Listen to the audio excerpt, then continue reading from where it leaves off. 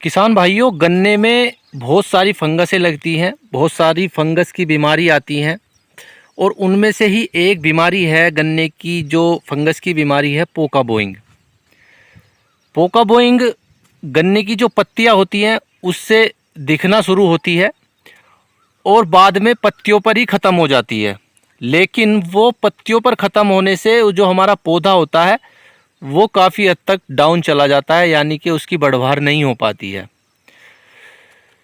कोई ज़्यादा ख़तरनाक रोग नहीं है। मैनुअली हम इसको तरीके से एक दवाई से रोक सकते हैं। किसी भी फंगीसाइड की स्प्रे हम कर सकते हैं, लेकिन एक स्टेज होती है कि कौन सी फंगीसाइड हम किस स्टेज पे हम अपनी फसल में लगाएं। तो आज इस वीडियो में हम यही बात करने वाले हैं किसान भाइयों, कौन सा फंगीसाइड पोका बोइंग के लिए परफेक्ट है और इसके लक्षण जब हमें दिखाई देने लगते हैं तो हम उन्हें किस तरीके से आइडेंटिफाई कर सकते हैं कि ये पोका बोइंग हमारे खेत में दिखाई देने लगा है और हमें इसकी रोकथाम अब करनी चाहिए। तो दोस्तों नमस्कार, मैं हूं अंकुर चौधरी, आप देख रहे हैं कृषि की बात यूट्यूब चैनल। आज की वीडियो बहुत महत्वपूर्ण होने वाली है गन्ना फसल के लिए, क्योंकि गन्ने की फसल अब तक बहुत अच्छी चल रही थी, लेकिन जैसे बरसात हुई है तो बहुत सारी फंगसें हमारे खेत में अब दिखाई देने लगी हैं। अब आगे चलकर एक सबसे बड़ी समस्या जो गन्ने की होती है रेड रोट, वो भी कुछ दिनों में कहीं कहीं पे दिखाई देने लगेगा, क्योंकि 0238 वैरायटी का जो रेजिस्टेंस पावर है रेड रोट के प्रति वो अब घटता जा रहा है। तो इसीलिए इस वैरायटी में रेड रोट की समस्या बहुत ज़्यादा दिखाई देने लगी है।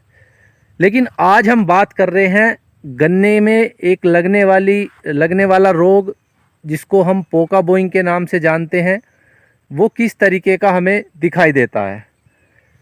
तो चलिए दोस्तों वीडियो शुरू करते हैं, लेकिन आपसे दोबारा से रिक्वेस्ट करता हूं, अगर आपने अभी तक चैनल सब्सक्राइब नहीं किया है तो चैनल सब्सक्राइब कर लीजिए, बेल आइकन दबा लीजिए और जो भी आपकी समस्या हो वो हमें कमेंट बॉक्स में ज़रूर बता दीजिए। किसान भाइयों, गन्ने में जो पोका बोइंग लगता है वो खासकर पत्तियों से दिखना शुरू होता है और पत्तियां उसमें ऊपर से ऐसी हो जाती हैं जैसे जो हम कपड़े को धोते हैं, सूती कपड़े को धोते हैं और उसको जब हम निचोड़ते हैं तो उसमें सलबटे सी पड़ना शुरू हो जाती हैं। तो इस तरीके की पत्ती अगर आपके खेत में दिखाई देने लगी है तो ये समझिए कि आपके खेत में पोका बोइंग के लक्षण शुरू हो चुके हैं। जैसे मैं आपको दिखाऊं, ये देखिए, ये बिल्कुल प्रथम स्टेज है। अगर आपको वीडियो में दिख रहा होगा तो ये बिल्कुल प्रथम स्टेज है। यहाँ से पत्तियाँ हल्की हल्की पीली पड़नी शुरू हो चुकी हैं और ये देखिए, ये एक सलबटी सी पत्तियों में पड़नी हो गई है, शुरू हो गई है। अब ये सलबटें बढ़ती चली जाएंगी और बीच में ये पत्ती गलना शुरू हो जाएगी और इसमें एक नाइफ कट, यानी कि एक चाकूदार, जो चाकू से कट लगा दिया हो, इस तरीके का इसमें कट दिखाई देने लगेगा। अब इससे किसान भाइयों, इस रोग से होगा क्या? जो हमारी पत्तियां फोटोसिंथेसिस की क्रिया करती हैं, यानी कि प्रकाश से जो भोजन बनाती हैं, वो बाधित होगा और उस बाधित होने से हमारे पौधे में भोजन सही तरीके से नहीं पहुंच पाएगा। तो जब भोजन सही तरीके से नहीं पहुंच पाएगा तो हमारा जो पौधा होगा वो डाउन होने लगेगा और डाउन होने का मतलब ये है कि हमारी पैदावार घटने लगेगी। अब दोस्तों एक समस्या तो ये होगी कि हमें इस तरीके का, अगर हमारे खेत में पत्ती दिखाई दे रही हैं, इस तरीके की पत्ती दिखाई दे रही हैं, उसमें हल्का पीलापन है, सलबटे आ रही हैं, तो तुरंत हमें स्प्रे करने की ज़रूरत पड़ती है, क्योंकि अब बारिश शुरू हो चुकी है और बारिश में ये रोग अब दिखना बहुत ही ज़्यादा शुरू हो जाएगा। आते आते ये रोग बढ़ता जाएगा और जैसे ही रोग बढ़ेगा आपके खेत में जितनी बारिश होगी या जितनी हवा चलेगी उसी तरीके से फैलता चला जाएगा, क्योंकि ये एक फंगस यानी कि छुआछूत की बीमारी की श्रेणी में आता है। जैसे आपने देखा होगा जो कोरोना आया था तो छूने की वजह से ही फैलता था, तो इसी तरीके से ये भी हमारे खेत में पत्ती दर पत्ती फैलता चला जाएगा अगर हमने इसकी रोकथाम नहीं करी। अब बात करते हैं किसान भाइयों, इसके लिए सबसे बेस्ट फंगीसाइड कौन सा है। देखिए किसान भाइयों, अगर आपके खेत में नॉर्मली कोई इक्का दुक्का ही पौधा चमक रहा है, ज़्यादा इंसिडेंस आपके खेत में नहीं है, तो आप कार्बेंडाजिम प्लस मैनकोजेब का एक स्प्रे कर सकते हैं। सबसे अच्छा साल्ट है और सबसे सस्ता साल्ट है।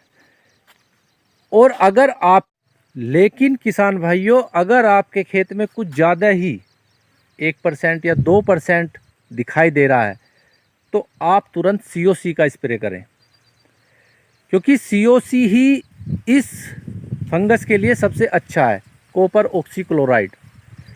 COC दो काम हमारे गन्ने के खेत में करेगा। एक तो कॉपर की मात्रा हमारे गन्ने में को मिलेगी, जिससे वो स्ट्रेस से निकलेगा। और दूसरा किसान भाइयों, जो फंगस इन्फेक्शन है कॉपर ऑक्सीक्लोराइड का, वो इसको ख़त्म करेगा, यानी कि जो ये फंगस है इसको बिल्कुल ख़त्म कर देगा। स्प्रे कब करना है, सबसे मेन पॉइंट है किसान भाइयों, स्प्रे कब करना है। स्प्रे आपको मौसम के अनुसार करना है। अगर आपको दिख रहा है कि 24 घंटे के अंदर बारिश होगी तो इसका स्प्रे बिल्कुल भी ना करें।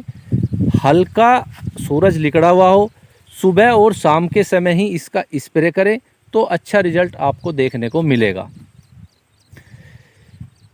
कोई इतना ज़्यादा ख़तरनाक रोग नहीं है किसान भाइयों। लोग बाग आपको भ्रमित करते हैं कि बहुत ख़तरनाक रोग है, कि अगर इसको हमने दवाई भी कर दी जब भी ये बढ़ता है, लेकिन हाँ, अपने इसकी टाइम से इसका ट्रीटमेंट कर दिया तो कोई दिक्कत नहीं है, आप इस रोग से बच सकते हैं। लेकिन अगर आपने समय से दवाई का प्रयोग नहीं किया अपने खेत को देखकर, तो ये रोग खतरनाक भी हो सकता है।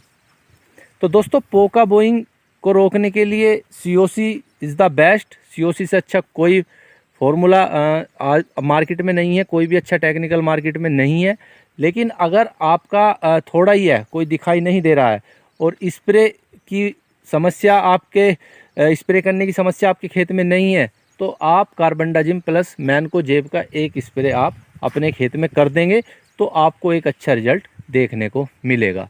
तो दोस्तों, ये वीडियो थी पोका बोइंग के ऊपर कि हम अपने खेत से पोका बोइंग को कैसे ख़त्म कर सकते हैं।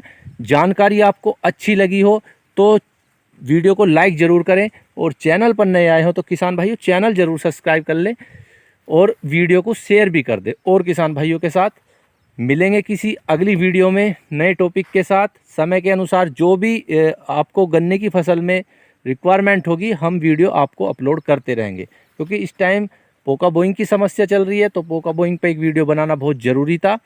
तो वीडियो आपको कैसी लगी कमेंट बॉक्स में ज़रूर बताइएगा। धन्यवाद।